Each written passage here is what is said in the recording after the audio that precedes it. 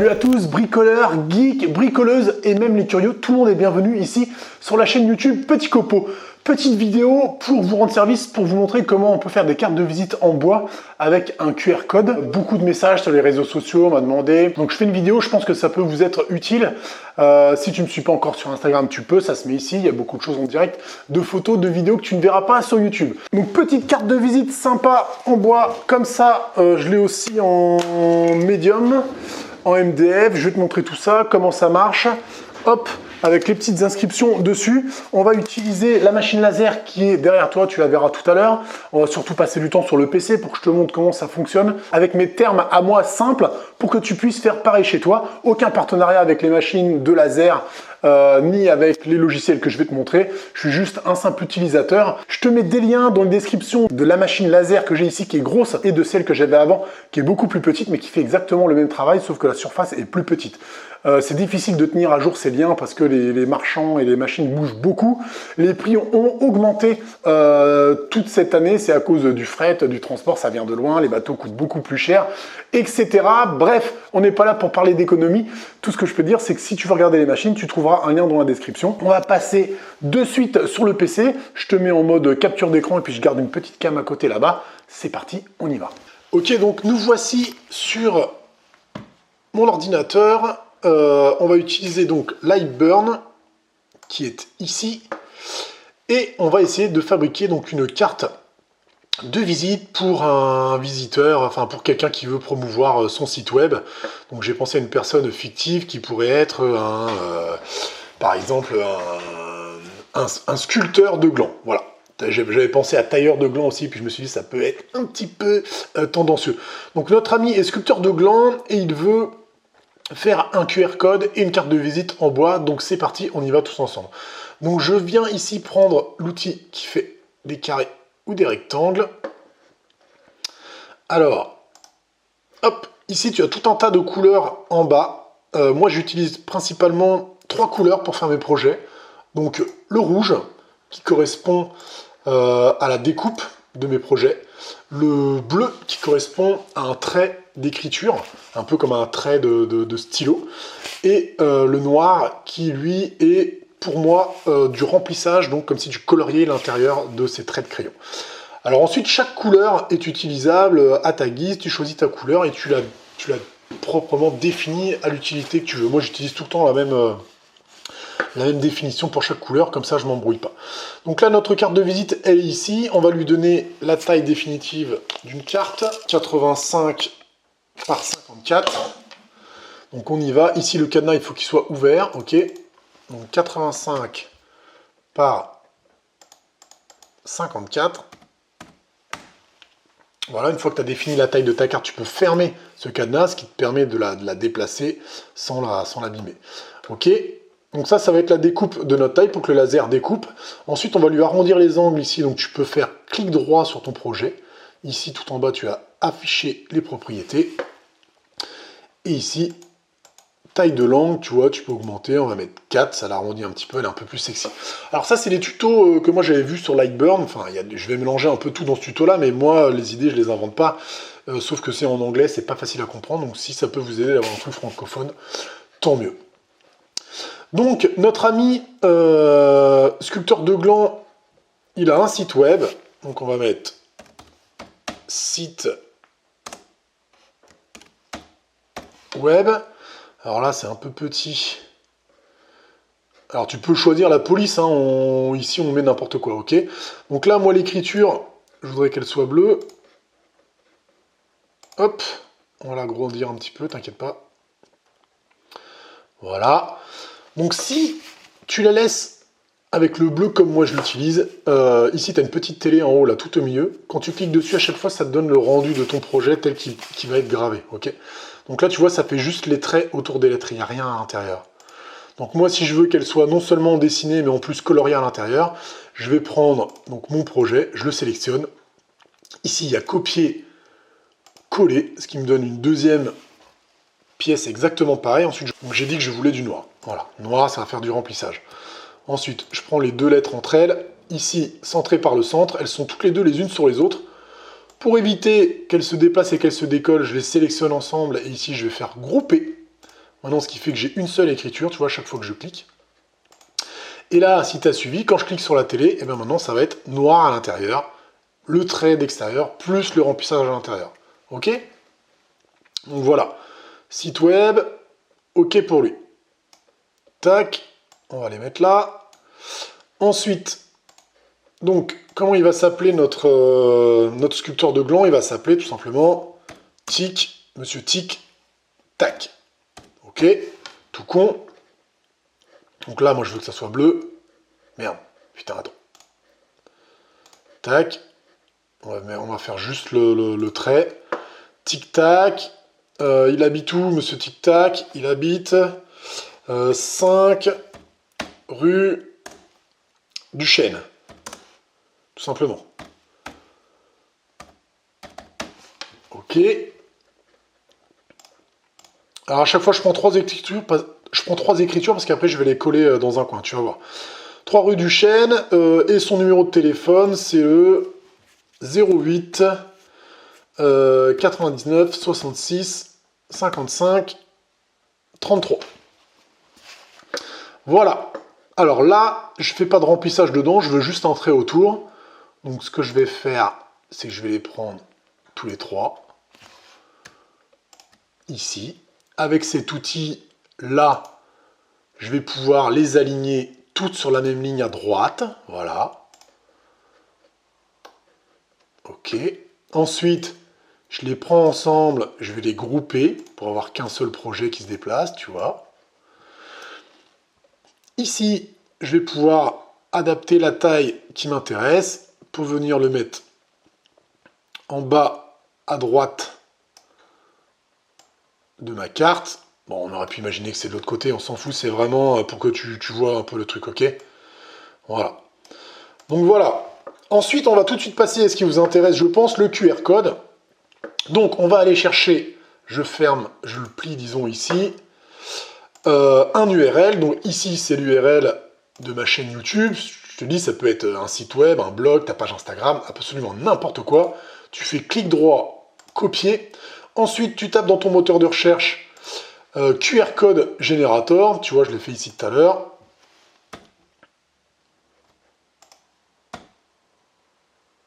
Hop, tu arrives là-dessus, clic droit, coller, et ton QR code, il apparaît ici. Ensuite, tu cliques sur télécharger. Ensuite, tu retournes sur Lightburn. Donc là, c'est un fichier qu'on n'a pas vectorisé, justement, contrairement à d'habitude. On va aller dans Importer, Fichier Importer. Et il va être quelque part par là. Non, il est dans... Il est où ce truc? Téléchargement, il est là. Voilà. Donc double-clic, il s'ouvre. Donc comme il n'est pas vectorisé, lui, Lightburn, il va le capter comme une image, un dessin, une photo. Il a cette capacité-là de pouvoir aussi graver des nuances de couleurs et des images et des photos. Donc il est là, notre QR code. Sauf que là, on ne veut pas qu'il y ait de nuances de couleurs et tout ça, justement. Donc on va aller ici. Ah, je ne sais pas pourquoi j'ai mes fenêtres qui se ferment là-bas, c'est un peu chiant. Donc tu vois, lui, il a rajouté une case. Elle s'appelle Image. Et si je clique ici dans C1, je vais pouvoir sélectionner tout un tas de réglages. Tu vois, si c'était une photo, j'aurais des petits pointillés, des nuances, du gris, gris clair, gris foncé. Lui, il sait faire tout ça. Mais moi, justement, je veux pas, donc je vais mettre seuil. Je touche pas aux autres réglages, je mets OK et il va faire que du noir et du blanc. Donc voilà pour cette partie un peu spécifique du QR code. Ensuite, je l'arrêterai ici et je vais venir la mettre ici, un petit peu à gauche de ma carte. Voilà. Pour la centrer avec ma carte, je fais clic, contrôle, je clique avec ma carte et j'utilise ce petit outil là. Aligné au centre, hop, et là je suis sûr qu'elle est au milieu de ma carte. Donc là on commence à avoir un petit truc qui ressemble à quelque chose. On va se rajouter un petit logo justement pour vous montrer comment vectoriser avec Inkscape. Donc Inkscape, logiciel totalement gratos que tu peux et dois télécharger d'ailleurs sur internet, je te conseille. Moi c'est un logiciel que j'utilise vraiment que pour vectoriser, mais tu peux faire plein de trucs avec. Donc là on arrive sur Inkscape. On va aller chercher un dessin sur le web, absolument n'importe lequel. Là, tu vois, moi j'avais pris un gland, il est ici. J'ai fait clic droit, enregistrer sous, hop. Ensuite, je vais dans Inkscape, fichier, importer. Voilà, là je le cherche, il y a tout un tas de saloperies que j'ai téléchargées sur le web, il est ici. Hop. Ok. Donc là, il arrive sur la page. Je le prends et on va le vectoriser tout simplement avec cet outil ici. Il y a marqué chemin. Donc je clique sur chemin, vectoriser l'image, appliquer. Et là, il l'a mis sur, il a superposé les deux images. Donc quand j'en prends une, c'est mon image vectorisée. Et l'image du dessous, je peux la supprimer. C'est l'image que j'ai taxée sur le web. Nous voilà avec notre image de gland qu'on va fichier enregistrer sous, t'as compris, pour le mettre quelque part sur ton PC, d'accord? Voilà, on peut fermer tout ça, normalement on n'en a absolument plus besoin. On retourne sur Lightburn, on va dans Fichier, Importer, cette fois-ci on va importer un fichier qui est vectorisé. Donc moi il est dans Truc à graver, et je l'ai mis dans Gland. Hop, il est là. Voilà, il arrive ici.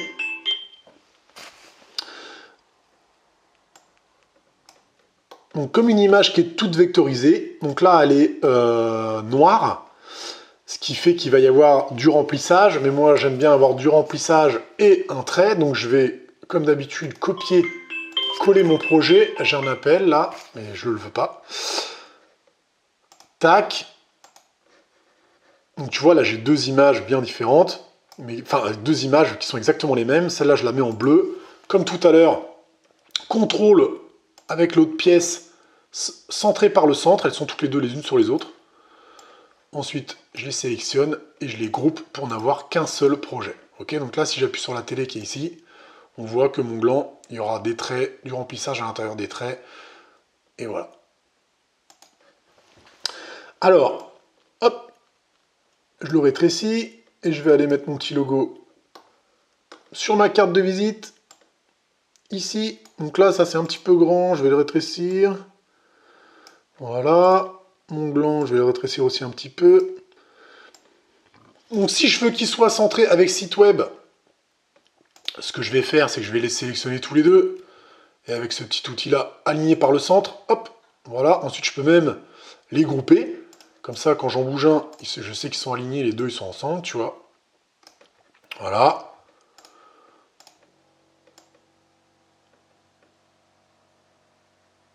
Donc on peut le mettre ici, hein, ça n'a pas vraiment d'importance, c'est vraiment pour l'exemple que je vous fais ce truc. Donc maintenant on va aller, on a notre projet voilà, qui est terminé, on prend l'ensemble du projet et on va le grouper une fois de plus. Ça nous permet d'avoir un seul truc qui se déplace à la bonne taille, bien positionné comme on veut. Donc ensuite je vais vous parler quand même vite fait des réglages ici. Donc on a la ligne ici qui pour moi est, donc je peux la déplacer, tu vois, comme ça pour la mettre en ordre en dernier. Il va la faire donc en tout dernier. J'utilise une puissance que tu vois là. Voilà, donc vitesse 40 et 87%. Je fais deux passes, avec ça je suis quasiment sûr de couper, que ce soit du médium, de 3-4 mm ou du massif, SIPO, chaîne, tout ça je le découpe, j'en suis sûr. Après au niveau des réglages du remplissage, là c'est vraiment spécifique à chaque machine et surtout à chaque essence de bois. C'est-à-dire que ça n'aura pas le même rendu au niveau en termes de couleur foncée, noire ou pas, si c'est sur du médium, sur du chêne, sur du frêne, sur du SIPO. Donc là il faut vraiment que tu prennes chaque essence de bois et que tu fasses des tests et que tu notes tes tests pour arriver au rendu qui te convient. Donc moi mon remplissage, mes réglages ils sont ici. Les lignes, les réglages sont ici, et l'image, voilà. Donc maintenant, il nous reste à faire un repère pour notre machine, pour savoir où mettre notre carte et notre pièce de bois. Donc pour ce faire, je vais aller dessiner un tout dernier rectangle. Là, il est bleu, mais je ne veux pas qu'il soit bleu, justement, je vais te montrer. Moi, je vais le mettre en vert. Je vais t'expliquer tout de suite pourquoi. Je lui donne sa taille, donc 680 par 60 mm. Ensuite, je ferme mon cadenas pour ne pas l'abîmer. Et là, pour être sûr qu'il arrive bien dans le coin de ma machine, c'est le point de repère dans lequel j'ai mon gabarit, je vais venir caler ma pièce de bois. Je vais utiliser cet outil ici, qui est magique, on va l'utiliser encore un peu après, tu vas voir. Déplacer en haut à gauche, et il vient se coller ici, en haut à gauche. Donc ce petit cadre vert, à moi, il me sert juste de repère, c'est ma planche de bois. La machine, elle, ici, si tu regardes bien, elle ne va pas le reconnaître, elle ne va pas le voir quand je vais copier mon fichier, parce que la sortie ici, elle est cliquée sur fermer. Tu vois, on peut avoir le fichier ou ne pas l'avoir à la sortie. Moi, je le vois, mais la machine ne le verra pas. C'est pareil avec ta carte. Hein. Regarde, je te montre. Tu vois ici, tu peux avoir ton remplissage, donc la couleur noire, la sortie, la machine va le capter, et l'afficher ou pas sur ton dessin. Hop, là, quand je clique, il n'y a que du bleu, et là, il y a le noir. OK? Donc ensuite, notre carte, bah, tout simplement, on va en faire toute une série. Hein. Moi, quand j'en fais vraiment plein. Une série de 5, plusieurs lignes, jusqu'en bas, en haut. Là, je vais te montrer, on va juste en faire quelques-unes. Copier, coller, et je vais te montrer comment les centrer. C'est assez simple. Je vais reproduire le truc. Hop, copier, coller, et encore une. Allez, on va en faire 4, pour l'exemple. Donc là, je les prends et je les mets à l'intérieur de mon trait vert, parce que je sais que mon trait vert, c'est la planche, donc tu vois, il ne faut pas que ça dépasse. Voilà. Ensuite, ce qui peut être sympa, c'est de les avoir toutes exactement sur la même ligne. Donc je vais les prendre une par une, contrôle, tac, tac, tac. Et tu as compris avec cet outil-là, qui est absolument génial, aligné par le centre. Là, elles sont toutes sur la même ligne. Maintenant, je peux les grouper pour avoir qu'un seul projet qui se déplace, comme ça. Et ensuite, quand je m'approche vraiment, je vois que je vais pouvoir venir positionner mes cartes à l'intérieur de mon carré, de mon rectangle vert, sans toucher les bords. Avec cet outil-là, ici à gauche, tu peux te déplacer lentement de gauche, enfin là c'est de droite à gauche, ou de haut en bas. Voilà, donc là ici, elle est bien passée, elle est bien positionnée. Mon projet est terminé. Maintenant, je peux une fois de plus cliquer sur la télé pour avoir le rendu final. Ici, tout en bas, il y a une estimation du temps que va prendre, donc 11 minutes, hein, voilà, pour ce projet de gravure. Maintenant, j'insère ma clé USB, je vais cliquer ici sur enregistrer, hop, il a le nom, le code exprès que ma machine va reconnaître, je le mets ici, et maintenant, on passe sur la machine laser, et on va graver ça en direct, je te montre. Donc là, j'allume le laser, ça fait un petit peu de bruit, c'est normal, il y a toute une aspiration, de l'eau, etc. Donc lui, ce qu'il va faire systématiquement, c'est sa petite remise à niveau. Il va les taper dans le coin là-bas et il va les se remettre à sa place ici, qui correspond, si tu te souviens, à mon petit carré au point de repère. Moi, ce que j'ai fait, c'est que j'ai un gabarit, tu vois, qui est découpé. Et à chaque fois que je viens caler une pièce dans ce gabarit, eh ben, je sais qu'elle est exactement au bon endroit. Donc j'ai ma pièce de bois ici.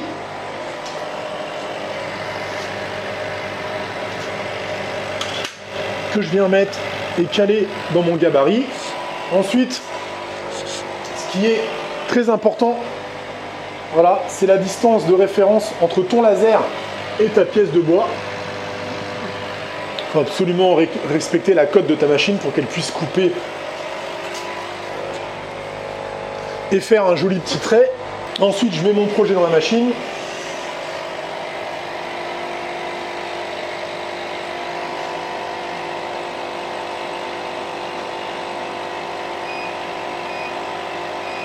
Moi, c'est comme ça, toi, ça peut être différent selon ta machine.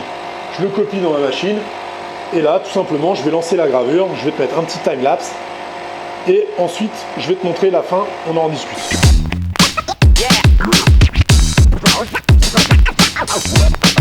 Voilà, donc la machine a terminé son travail. Normalement, les cartes se détachent. Voilà, avec celle-là qui peine un peu. Et ça te donne un résultat comme ça.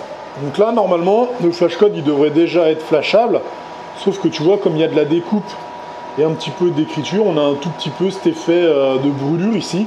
Donc on va aller justement atténuer en bas. Je vais te montrer comment j'ai trouvé une technique, parce que poncer ça, c'est pas simple, mais j'ai mis au point une petite technique. Allez, viens, je te montre.